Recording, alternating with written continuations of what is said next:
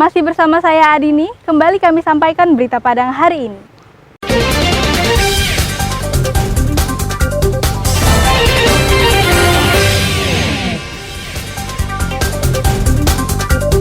Tujuh penambang emas ilegal ditangkap Polres Pasaman Barat.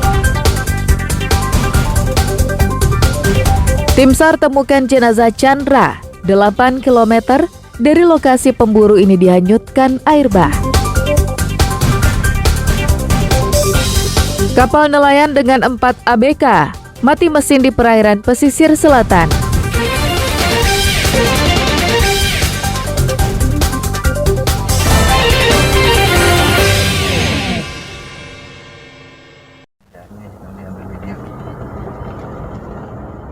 Anggota Polres Pasaman Barat menangkap 7 tersangka penambangan emas ilegal di aliran Sungai Taming Batahan, Kecamatan Ranah Batahan, pada Selasa siang.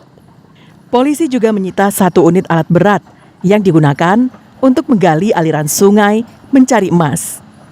Dari 7 tersangka itu, 1 orang diantaranya masih berusia di bawah umur. Mereka mempunyai tugas masing-masing di lokasi penambangan emas ilegal.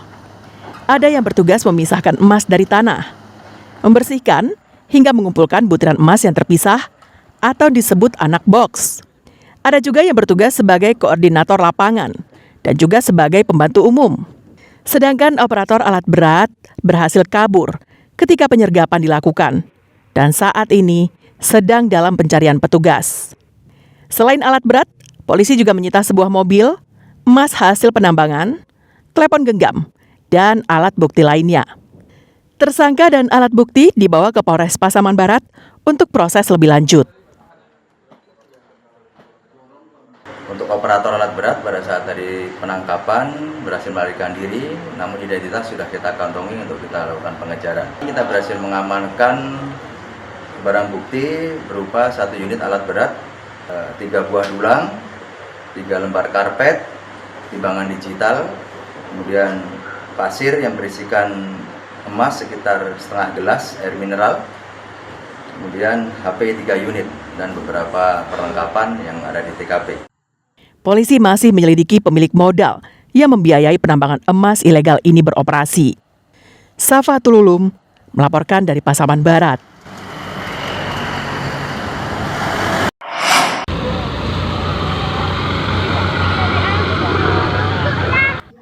Setelah mencari selama 3 hari, tim SAR akhirnya menemukan jasad Chandra mengambang di aliran Sungai Batang Lasi yang berjarak hampir 8 km dari lokasi korban hanyut.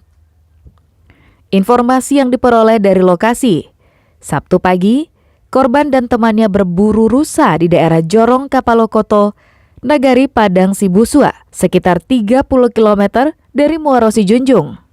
Setelah mendapatkan hewan buruannya, korban dan temannya kembali pulang dengan cara menyeberangi Sungai Batang Lasi.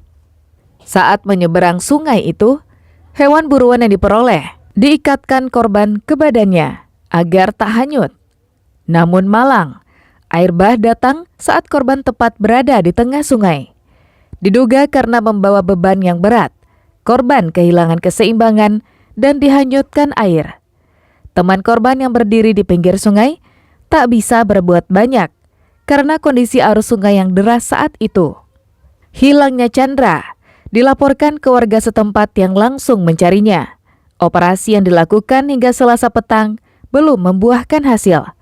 Rabu pagi, operasi pencarian dilanjutkan dan berhasil menemukan korban di daerah Pamuatan. Survivor pergi berburu rusa. Setelah mendapatkan hewan buruan rusa tersebut, survivor hendak menyeberangi sungai. Tetapi pas menyeberangi sungai terjadi luapan air yang besar, yaitu air bah, dan survivor dibawa oleh air. Pada hari ketiga, survivor ditemukan berjarak dari lokasi kejadian ke tempat ditemukan kurang lebih 8 km di daerah Nagari Pamuatan, Kecamatan Kupitan Sijunjung. Kondisi korban yaitu MD dan dibawa langsung ke Puskesmas Kupitan. Sebelum diserahkan ke keluarga untuk dimakamkan, jasad korban dibawa tim SAR ke Puskesmas Kupitan. Alfi melaporkan dari Sijunjung.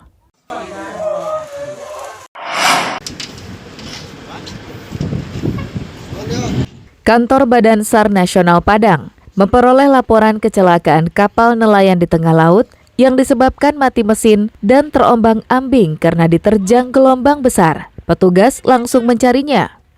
Namun pencarian tak berlangsung mulus karena kapal nelayan tak lagi bisa dihubungi. Suasana diperparah dengan cuaca yang buruk. Rabu pagi, pencarian dilanjutkan. Meski mendung dan gelombang tinggi, petugas tetap mencari kapal tersebut. Usaha tim SAR membuahkan hasil. Kapal dengan 4 orang anak buah kapal ini ditemukan terombang-ambing di kawasan dekat Pulau Gosong, pesisir selatan.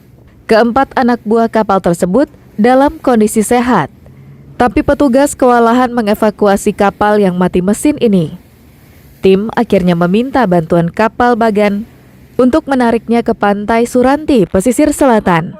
Pagi tadi perkiraan pukul 07.40 korban berhasil ditemukan oleh tim dalam keadaan selamat, dan saat ini korban sudah akan ditarik dengan kapal Bagan oleh rekan mereka sekitar 2 mil dari lokasi kapal tersebut, dan direncanakan terus akan dipantau oleh Ripita sampai nanti di tujuan. Setelah kapal berhasil dievakuasi, operasi SAR ditutup dan petugas kembali ke satuannya. Sejatinya, pada kondisi cuaca yang kerap tak bersahabat ini, nelayan harus memastikan kelaikan mesin kapalnya sebelum berlayar, agar tak mengalami gangguan di perjalanan. Alfi melaporkan dari Padang.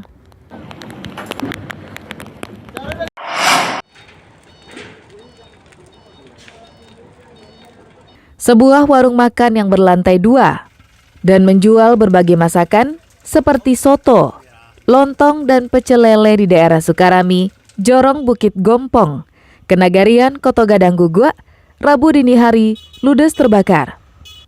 Menurut salah satu karyawan dari warung makanan, api baru diketahuinya sekitar pukul 2 dini hari.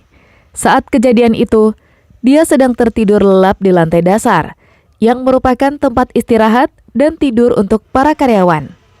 Saat dirinya terbangun, api begitu cepat membesar dan menghanguskan seluruh bangunan, termasuk alat-alat dan peralatan yang digunakan dalam memasak makanan.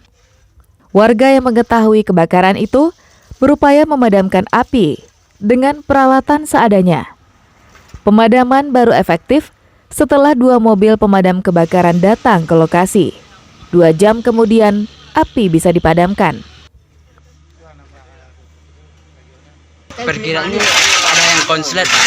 Kabelnya, Pak. Ada yang konslet. Iya, Pak. Waktu lagi tidur, Pak. Lagi tidur. Iya, Pak. Sekitar jam berapa, Pak, kejadiannya, Pak? Sekitar jam 2, setengah 2 lah, Pak. Setengah 2 iya, Pak. Pagi. Iya, Pak. Yang terbakar apa aja kira-kira tuh, Bang? Cukup banyak, Pak. Apa aja boleh disebutkan, Bang? Misalnya perkiraan 200-300 jutaan lah, Pak. Beruntung tidak ada korban jiwa dalam kejadian ini. Namun kerugian ditaksir hampir 300 juta rupiah. Polisi masih menyelidiki penyebab terjadinya kebakaran. Garnadi melaporkan dari Solo.